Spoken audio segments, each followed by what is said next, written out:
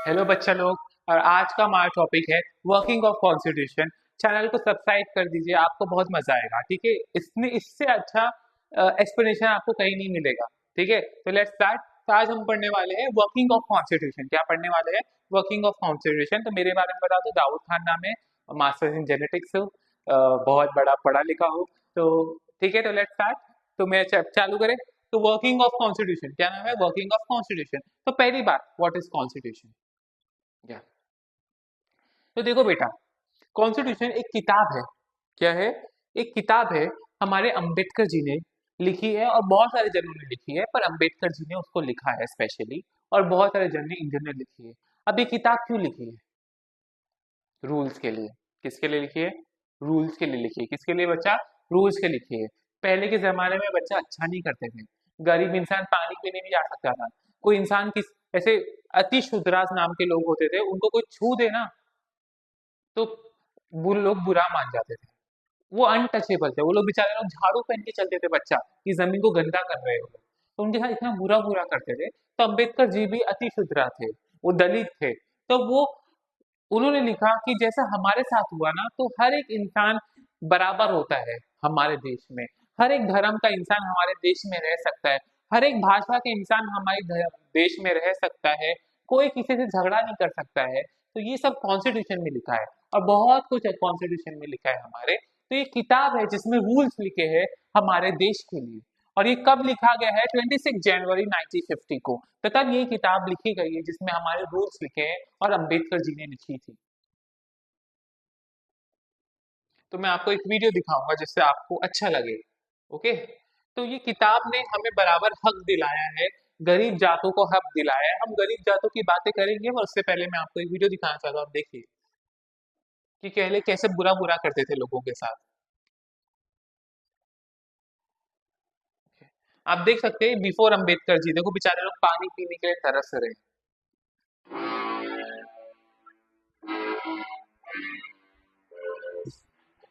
फिर अंबेडकर जी आए।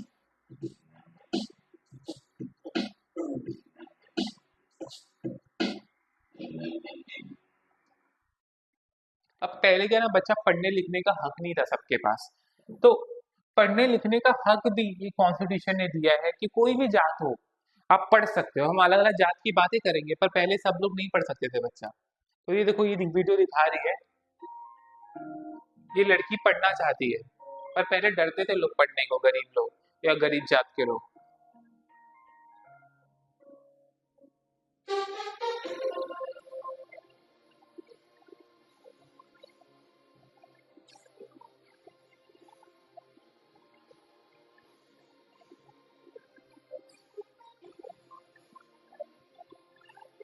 अब ध्यान दो कि पीछे अंबेडकर जी है, ये बता रहे हैं कि सबको हक है पढ़ने का। समझे?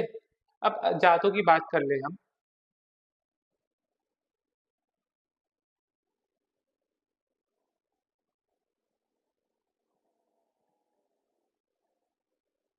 जातों ना, हाँ, स्पेलिंग मिस्टेक हो सकती है इसके अंदर। ओके। तो सबसे ऊपर पहले के जमाने में ब्राह्मण लोग आते थे। उसके नीचे क्षत्रियाज आते थे। उसके नीचे वैश्याज आते थे। उसके नीचे शूद्राज आते थे। और सबसे नीचे अति शूद्राज आते थे। ब्राह्मण मतलब पंडित जी, बड़े बड़े लोग। क्षत्रियाज मतलब वॉरियर लोग। और वैश्यज मतलब धंधे करने वाले लोग, बिजनेस लोग, बिजनेसमैन लोग। शूद्राज मतलब कम छोटी जात, छोटे मोटे धंधे करने वाले। आज उनको ओबीसी बोलते हैं। क्या बोलते हैं? ओबीसी। अब ये ओबीसी में आज मुसलमान में अंसारी होता है, जो कपड़े बुनते थे उस जमाने में। तेली जो तेल तेल निकालते थे। हलवाई जो हलवा बनाते थे। नाई जो बाल काटते थे, है ना? तो ये सब काम करने वाले शुद्रास थे उस जमाने में। और आज, और उससे नीचे आते थे अति शुद्रास, जिनको अनटचेबल बोलते हैं। इनमें दलित आते थे, आज उनको चमार वमार बोलते होंगे, आपने सुना होगा। तो ये सब आता है हमारे सिस्टम में। क्या आता है? ये सब चीजें हमारे सिस्टम में आती थी पहले के जमाने में। पहले के जमाने में ये लोग, शुद्राज लोग भी क्या बोलते हैं, पढ़ नहीं लिख सकते थे, पर वो काम करते थे बड़े बड़े मालिकों का। तो वो देख सकते थे। पर ये जो अति शुद्राज है, वो तो उनको तो आने का भी हक नहीं था, मंदिर के अंदर घुसने का भी हक नहीं था। इनको भी पूजा करने का हक नहीं था, पर ये देख सकते थे, काम कर सकते थे। पर अति शुद्रा को तो वो भी हक नहीं था। वो अनटचेबल थे, उनको टच करना भी, कोई नॉर्मल इंसान को टच भी नहीं कर सकते थे ये। समझ रहे हो? तो ये ऐसा था, अति शुद्रा के साथ इतना बुरा था, पढ़ना लिखना कुछ नहीं करने देते थे उस जमाने में, दोनों को नहीं देते थे। पर अति शुद्रा से तो दुनिया भर की नफरत थी। और अंबेडकर जी खुद अति शुद्रा थे, दलित थे, समझ रहे हो। तो ऐसा था हमारा सिस्टम, तो कॉन्स्टिट्यूशन आने की वजह से सब सही हुआ। ओके, अब डेमोक्रेसी क्या होती है? डेमोक्रेसी मैडम बेटा, अपन चूज करते हैं कि कौन बनेगा हमारा प्राइम मिनिस्टर, कौन बनेगा हमारे, पहले हम एमपी चूज करते हैं, तो कौन देश चलाएगा, कौन सी पार्टी देश चलाएगी, अपन चूज करते हैं। सबके पास ये हक नहीं है, जैसे कि नॉर्थ कोरिया में हक नहीं है लोगों के पास, इनमें नाम का खाली हक है, हक नहीं है, वो चूज नहीं कर सकते, किम जोंग हू ही बनेगा और कोई नहीं बनेगा। पर हमारे देश में हमारे पास हक है कि कौन बनेगा, इस देश को कौन चलाएगा, इसको अपन डेमोक्रेसी बोलते हैं। क्या बोलते हैं? डेमोक्रेसी। तो ये वीडियो देखो। डेमोक्रेसी क्या होती है? वंस इन 5 ईयर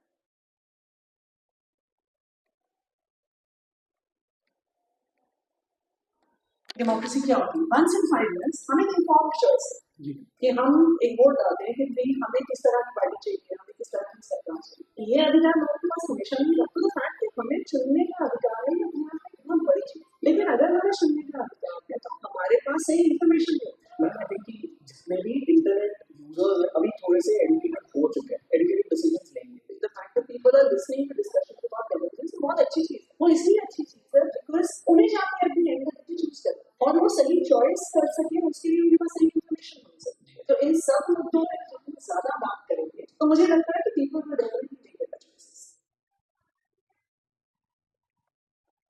तो हमारे पास चुनने का हक है बेटा, इसको बोलते हैं डेमोक्रेसी। क्या बोलते हैं? डेमोक्रेसी। अब डेमोक्रेसी में बेटा तीन चीज आती है, एक है पॉलिटिकल सॉरी चार चीज आती है, पॉलिटिकल मेच्योरिटी, एक होता है राइट टू वोट, एक है डिसेंट्रलाइजेशन और एक है राइट टू इंफॉर्मेशन। तो ये चार चीज आती है बच्चा डेमोक्रेसी में, हम ये सब पढ़ने वाले हैं। तो let's start with political maturity. अब पॉलिटिकल मेच्योरिटी क्या होता है? सबसे पहले आपको समझना पड़ेगा रिप्रेजेंटेटिव। हमारे देश में रिप्रेजेंटेटिव होता है, मतलब रिप्रेजेंटेटिव मतलब एक स्ट्रक्चर है, एक ढांचा है, जैसे गवर्नमेंट। एक गवर्नमेंट एक इंसान नहीं होती बेटा, बहुत सारे जन गवर्नमेंट होते हैं। तो गवर्नमेंट में अंदर अलग अलग लोगों को अलग अलग काम दे दिया गया है। तो सबसे पहले आते हैं पार्लियामेंट। क्या नाम है? पार्लियामेंट। फिर आता है स्टेट लेजिस्लेचर, फिर आता है लोकल गवर्नमेंट। क्या आता है? पार्लियामेंट, स्टेट लेजिस्लेचर और लोकल गवर्नमेंट। तो ये सब गवर्नमेंट में बहुत सारे लोग आते हैं, एक इंसान गवर्नमेंट नहीं होता, सब लोग अलग अलग काम करते हैं। तो पार्लियामेंट क्या काम करती है? पार्लियामेंट रूल्स बनाती है। क्या बनाती है? रूल्स बनाती है। स्टेट ऑफ लेजिस्लेचर रूल्स को फोर्स लगाती है, तुम रूल्स फॉलो करो। अगर आप रूल्स फॉलो नहीं करेंगे तो आपको जुडिशरी कोर्ट है, वो आपको सजा देगी। तो कोर्ट जुडिशरी भी आना चाहिए रिप्रेजेंटेटिव स्ट्रक्चर में, पर हमारी टेक्स्ट बुक में नहीं है। तो पार्लियामेंट आता है जो रूल्स बनाती है, स्टेट लेजिस्लेचर जो रूल करवाती है, मतलब रूल्स फॉलो करवाती है। अगर फॉलो नहीं करोगे तो जुडिशरी है जो पनिशमेंट देगी, जो कोर्ट वोट है ना, हाई कोर्ट वाई कोर्ट, वो सब पनिशमेंट देंगे। और फिर लोकल गवर्नमेंट, लोकल गवर्नमेंट मतलब जैसे हमारे एरिया में म्युनिसिपालिटी होती है, वो ध्यान देती है कि पानी का सप्लाई सही है, कचरा बच्चा सब फेंका गया है क्या नहीं। गांव वगैरह में सरपंच वरपंच होते हैं, तो वो सब लोकल गवर्नमेंट में आते हैं। अब पार्लियामेंट के अंदर लोकसभा आता है, राज्यसभा आता है। लोकसभा में हम चूज करते हैं, हम डेमोक्रेसी कंट्री है ना, हम चूज करते हैं कौन बैठेगा कौन बनेगा हमारा गवर्नमेंट, हमारा हक है, नहीं पसंद है हम निकाल देंगे उसको। तो वो पीपल, लोकसभा में लोग सिलेक्ट करते हैं मेंबर ऑफ पार्लियामेंट, जिसको एमपी बोलते हैं। पार्लियामेंट में जिसको सिलेक्ट करते हैं उसको बोलते हैं एमपी। राज्यसभा में एमएलए एमएलए सिलेक्ट करता है एमपी को। फिर ये एमपी में झगड़ा होता है, कंपटीशन होता है, और जो एमपी जीतता है वो पीएम बन जाता है, जैसे नरेंद्र मोदी जी। ओके, तो ऐसे बनते हैं। अब बोलोगे एमएलए क्या है? अब जैसे स्टेट लेजिस्लेचर जो रूल फॉलो करवाते हैं उनको विधानसभा भी बोलते हैं।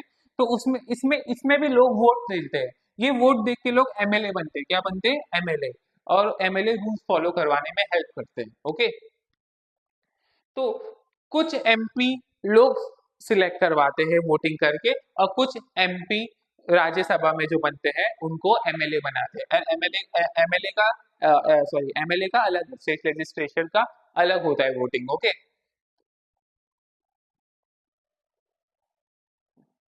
तो पहली डेमोक्रेसी में पहला हमको पढ़ना है political maturity.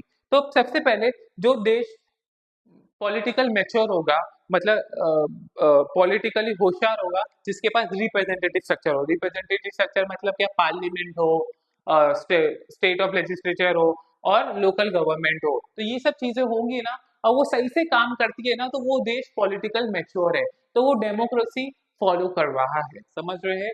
Indian people have direct represent, और ये जो एमपी है कोई भी बन सकता है, ऐसा नहीं है ना कि आप छोटी जात के हो तो आप एमपी नहीं बन सकते, आप बड़ी जात के हो तो आप एमपी नहीं बन सकते, कोई भी बन सकता है। तो हम इंडियन खुद बन सकते हैं और वोट दे सकते हैं। और ये इलेक्शन फ्री और फेयर होना चाहिए, मतलब वोटिंग मशीन पे ध्यान देना चाहिए, ये फ्री और फेयर है। ठीक है, दोगलापन नहीं होना चाहिए इलेक्शन में। वैसे होता तो है दोगलापन, मशीन वशीन चुरा लेते हैं, पर इलेक्शन फ्री और फेयर होना चाहिए और लोगों को पार्टिसिपेट करना चाहिए।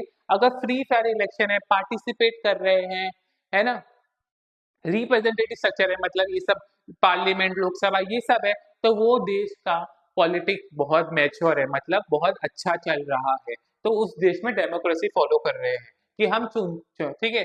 दूसरी चीज जो है वो है राइट टू वोट। हर एक इंसान को हक है वोट देने का।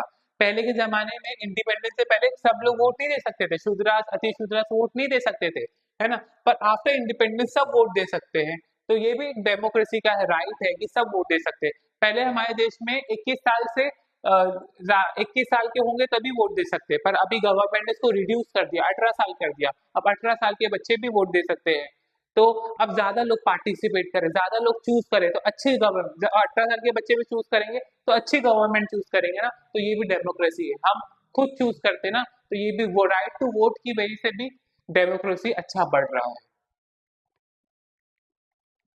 फिर आता है डिसेंट्रलाइजेशन। अभी देखो, आप सिर्फ एक इंसान को पावर दे दोगे ना, वो बहुत घपला करेगा। तो हमारे देश में एमपी है, एमएलए है, दुनिया भर की चीजें हैं स्टेट लेवल पे, और पीएम है, तो सबको अलग अलग पावर दिए, तो इसको बोलते हैं डिसेंट्रलाइजेशन। अगर एक को पावर दोगे तो घपला मारेगा, तो पावर का मिसयूज ना हो तो उसको डिसेंट्रलाइज। हमारे देश में सबने पार्टीशन कर दिया जिससे मिसयूज ना हो और सबको अपॉर्चुनिटी मिले। भाई सबको मिलना चाहिए ना हक, देश के लिए, देश को अच्छा करने के लिए, तो सबको अपॉर्चुनिटी मिले। अगर एक इंसान होगा जैसे किम जोंग यूंग एक ही बंदा है, तो वो घपला मारेगा, गलत करेगा। तो हमारे देश में ऐसा नहीं, हमारे देश में बहुत सारे लोग आते हैं, एमपी आते हैं, एमएलए आते हैं, तो घपला वपला कुछ नहीं होगा, ठीक है। तो ये तो ये डिसेंट्रलाइजेशन का हुआ, तो हमारी किताब में बदलाव हुआ था। कौन सी किताब, कॉन्स्टिट्यूशन में बदलाव हुआ था 73 और 74th अमेंडमेंट में, और उसने बोला कि डिसेंट्रलाइजेशन होनी चाहिए, अलग अलग पार्टीशन होने चाहिए, अलग अलग टाइप के लोग होने चाहिए। ठीक है। फोर्थ है राइट टू इन्फॉर्मेशन। गवर्नमेंट कुछ भी काम कर रही है तो उसको ट्रांसपेरेंट होना पड़ेगा। क्या होना पड़ेगा? ट्रांसपेरेंट, मतलब उसको सब कुछ बताना पड़ेगा, ये पैसा उसने कहाँ यूज किया, और उसको अकाउंटेबिलिटी, मतलब उसको सब कुछ बताना पड़ेगा, उसको ट्रांसपेरेंसी बोलते हैं। और अकाउंटेबिलिटी मतलब उसको ये बताना पड़ेगा उसने किधर किधर पैसा खर्चा करी, तो ये सब बताना पड़ता है गवर्नमेंट को, तो उसको बोलते हैं राइट टू इन्फॉर्मेशन। 2005 में ये रूल आया कि गवर्नमेंट जो भी खर्चा कर रही है सब बताना पड़ेगा। अगर गवर्नमेंट सही अच्छे से बताती है तो हमारे देश में तरक्की हो रही है ना, हमारे देश में डेमोक्रेसी हो रही है। डेमोक्रेसी मतलब हम चूज करते हैं हमारी गवर्नमेंट, अगर तुम अच्छे से करोगे तो हम चूज करेंगे ना तुमको, तो ये भी अच्छी चीज है। तो ये इससे सीक्रेसी मत छुपाना नहीं चाहिए, हमें गवर्नमेंट और लोगों के बीच में कम्युनिकेशन होना चाहिए। पर ये कम्युनिकेशन हम डायरेक्ट पीएम से नहीं बात कर सकते, हम डायरेक्ट नरेंद्र मोदी जी से बात नहीं कर सकते, हमें एमएलए के पास जाना पड़ेगा, फिर एमएलए उससे बात करेगा, फिर पीएम जी एमएलए को बताएंगे, फिर एमएलए हमसे बात करेगा, हम डायरेक्ट बात नहीं कर सकते उनसे। ओके। तो डेमोक्रेसी की 4 पार्ट हमने पढ़ लिए। अब हो रहा है सोशल जस्टिस। तो हमारे देश में कोई भी बच्चा कैसी भी भाषा बोलता हो, कैसे भी रंग का हो, कैसे भी हाइट का हो, लड़का हो या लड़की हो, सबको बराबरी का जस्टिस मिलना चाहिए, है ना। कैसे भी, तो हमें भेदभाव नहीं करना चाहिए, अरे ये तो शुद्रास है इससे बात मत करो, ये तो मुसलमान है, ये तो हिंदू है, हम सब एक साथ रहते हैं। ये ऐसा देश है जिसमें हम सब साथ में रहते हैं, ठीक है। तो अरे ये तो मराठी नहीं बोलता, अरे ये तो हिंदी बोलता है, अरे ये तो तमिल नहीं बोलता, ये कैसी बात है? हम ऐसे देश में रहते हैं जहाँ सबको साथ में रहना है। क्या? सबको साथ में रहना है। तो ये सोशल जस्टिस है, हमें सोशल जस्टिस करनी है। तो सोशल जस्टिस पहले के जमाने में बहुत बुरा बुरा हुआ ना, वो छोटी छोटी जातों के साथ, तो आज हमने उनके लिए जस्टिस किया है। क्या जस्टिस किया? हमने उन्हें सीट दी है। जैसे आप अगर 10वीं पास करोगे तो आपको 85 90 चाहिए टॉप कॉलेज में जाने को, तो उनको 80 चाहिए, 75 चाहिए, तो कम मार्क्स में भी शुद्रास को, अति शुद्रास को मिल जाएगा। शुद्रास मतलब ओबीसी, अति शुद्रा मतलब हमारे हमारे एससी। ओके। और ट्राइबल लोग भी, गांव जो जंगल वंगल में रहते हैं, उनके मार्क्स कम आएंगे तो उनको एडमिशन मिल जाएगा। क्यों? उनके लिए सीट है। उनके साथ बहुत बुरा हुआ ना पहले के जमाने में, तो उनके बच्चों के लिए सीट दी है। आज के जमाने में तो कुछ नहीं हो रहा तो उनको सीट मिलती है। शेड्यूल कास्ट मतलब हमारे अति शुद्ध राष्ट्र, एससी मतलब अति शुद्ध राष्ट्र, और ट्राइब उनके लिए उनको बहुत मारा पीटा जाता था ना, तो उनको कोई मारा दे गाली दे तो उसके लिए भी रूल बना के रखा है, कोई उनको मारे पीटे तो उनके लिए उनको पनिशमेंट मिलेगी, पुलिस उनको धोएगी और फाइन मारेगी, ठीक है। तो शेड्यूल कास्ट एंड ट्राइब के लिए प्रिवेंशन ऑफ एट्रोसाइट एक्ट एक ऐसा एक्ट है जिससे आप किसी एससी और ट्राइब को मार पीट नहीं सकते, गाली गलौज नहीं दे सकते, बुरा नहीं कर सकते, और एक उनके लिए सीट है, कोई भी पढ़ाई लिखाई की जगह पे उनके लिए सीट है, कम मार्क्स में भी उनको मिल जाएगा। और माइनॉरिटी, हर एक धर्म में एक माइनॉरिटी होता है, मुसलमान में जैसे अंसारी एक माइनॉरिटी है, तो हर एक जगह जो कम रहता है ना, कोई धर्म में कोई एक टाइप की जात कम रहती है तो उसको माइनॉरिटी बोलते हैं, उनके लिए भी थोड़ा बहुत सीट मिलता है कॉलेज वगैरह में, तो उसको बोलते हैं प्रोविजन ऑफ माइनॉरिटी। फिर लॉ ऑफ औरतों के लिए भी हक है, औरतों के लिए क्या हक है, औरतों को देखो दहेज देना पड़ता है शादी में, इंडिया में बहुत दहेज चलता है, अभी भी चलता है, तो दहेज को रोकने के लिए रूल्स है जिसको बोलते हैं डाउरी प्रोहिबिशन एक्ट। डोमेस्टिक, कोई औरत को किसी पति ने मार पीट दिया, उसकी पति की माँ ने मार पीट दिया, तो डोमेस्टिक वायलेंस प्रोहिबिशन एक्ट है, तो उस ये एक्ट के जरिए औरत को बचाया जा सकता है, ये एक्ट के जरिए दहेज बचाया जा सकता है। पर आज भी दहेज होता है, आज भी बेचारी औरतों को मारा पीटा जाता है, कोई औरत रास्ते में जा रही है तो उसको किसी ने हैरेस किया सेक्सुअली, तो उसके लिए भी एक्ट है। और यहाँ तक औरत को हक है कि उसके पापा की प्रॉपर्टी से भी उसे कुछ मिले और उसकी पति के प्रॉपर्टी से भी कुछ मिले, समझे। तो ये प्रॉपर्टी ऑफ इक्वल राइट्स है, उसको पापा की प्रॉपर्टी से भी और पति की प्रॉपर्टी से, पर मिलता तो है नहीं, पापा की प्रॉपर्टी से तो मैंने आज तक किसी को देखा नहीं मिलता है, पति की प्रॉपर्टी से अगर पति की माँ बाप के नाम पर है तो नहीं मिलेगा, अगर पति के खुद के नाम पर है तो प्रॉपर्टी मिल सकता है। तो औरतों को बचाने के लिए ये सब रूल है। पहले मालूम औरतों के लिए खाली जो एमपी है एमएलए है सिर्फ 33% सीट औरतों के लिए थी, पर अब महाराष्ट्र में मालूम 50% सीट जो एमपी की है और एमएलए की है वो औरत के लिए है। तो औरत के लिए ये सब रूल्स बनाएंगे, औरत के साथ अच्छा नहीं होता था ना, तो औरतों के लिए सब रूल्स बनाए, ठीक है। अब लास्ट टॉपिक बचता है चैप्टर का, रोल ऑफ जुडिशरी। तो ये कोर्ट का क्या काम है, कोर्ट का दो काम है। पहला, आप कॉन्स्टिट्यूशन को बदल नहीं सकते, देखो पार्लियामेंट मतलब एमपीज और पीएम के पास पावर है कि वो किताब को थोड़ा बहुत बदल सकते हैं, पर किताब का बेसिक फ्रेमवर्क नहीं बदल सकते। क्या फ्रेमवर्क, फ्रेमवर्क ये है कि रिपब्लिक है, हमारा कंट्री में राजा महाराजा नहीं आ सकता, ठीक है। डेमोक्रेसी, हम खुद वोट करेंगे कौन जीतेगा, कोई समझो कोई पार्लियामेंट में पीएम बन गया, बोला नहीं नहीं आज से डेमोक्रेसी नहीं, आज से वोटिंग खत्म, आज से जो यहाँ का डेमोक्रेसी मतलब जो जीत गया है वो हमेशा रहेगा, ऐसा नहीं हो सकता। रिपब्लिक और डेमोक्रेसी है मतलब कोई राजा महाराजा नहीं होगा और हम वोट देंगे। फेडरल है, फेडरल मतलब हमारे यहाँ पावर अलग अलग दे दी गई है ना, एमपी एमएलए ये सब बना दिए ना, तो वो फेडरल है। फिर हम सब जुड़ के रहते हैं, हिंदू है मुसलमान है सब साथ में रहना चाहिए, इसको सेक्युलरिज्म बोलते हैं, छोटी बड़ी जात सब साथ, अंसारी खान है ना चमार सब साथ में रहते हैं, तो उसको बोलते हैं यूनिटी। और सवर्जिनिटी, सवर्जिनिटी भी है हमारे इसके अंदर, तो ये सब चीजें जो आप बदल नहीं सकते, ओके। दूसरी जुडिशरी ये देखती है, आप बेसिक किताब को बदल नहीं सकते। दूसरी चीज जुडिशरी देखती है कि बच्चों को बराबर, अच्छा आजकल छोटे बच्चे काम नहीं कर सकते फैक्ट्री में, उनको पढ़ने का हक है, तो वो बच्चे पढ़ रहे नहीं है, क्या उनको पढ़ा नहीं रहे, तो राइट ऑफ चिल्ड्रन है, उनको पढ़ने का हक है, ह्यूमन राइट है, आप किसी इंसान को गाली गलौज नहीं दे सकते, कुछ भी नहीं कर सकते। वो जुडिशरी देखिए, आपने किसी को मारा पीटा, नीचा दिखाया, तू गरीब है, तू तो नल्ला है, तो जुडिशरी कोर्ट उसको कोर्ट में घसीटो, बच्चा बच्चे से काम करा रहे कोर्ट में घसीटो, सीधा कोर्ट उसको देखेगी। और उसके बाद औरत को कुछ बुरा किया तो कोर्ट देखेगी उसको, यहाँ तक किसी ट्राइबल मतलब आदिवासी लोगों के साथ बुरा किया तो कोर्ट उसको देखेगी। तो कोर्ट कोर्ट का दो काम है, कॉन्स्टिट्यूशन को आप बदल नहीं सकते, और दूसरा काम है सिग्निफिकेंट जुडिशरी, ये सब काम कोर्ट देखती है, ठीक है। तो ये जुडिशरी के अंदर मतलब कोर्ट के अंदर आता है। तो यहाँ पे हमारा चैप्टर खत्म हो जाता है, इससे अच्छा आपको कोई नहीं बताएगा, तो चैनल को सब्सक्राइब करें और अपने सारे दोस्तों को शेयर करें जो भी 10वीं में है, ठीक है, इससे ज्यादा अच्छा कोई नहीं बताएगा आपको हिस्ट्री एंड सिविक्स।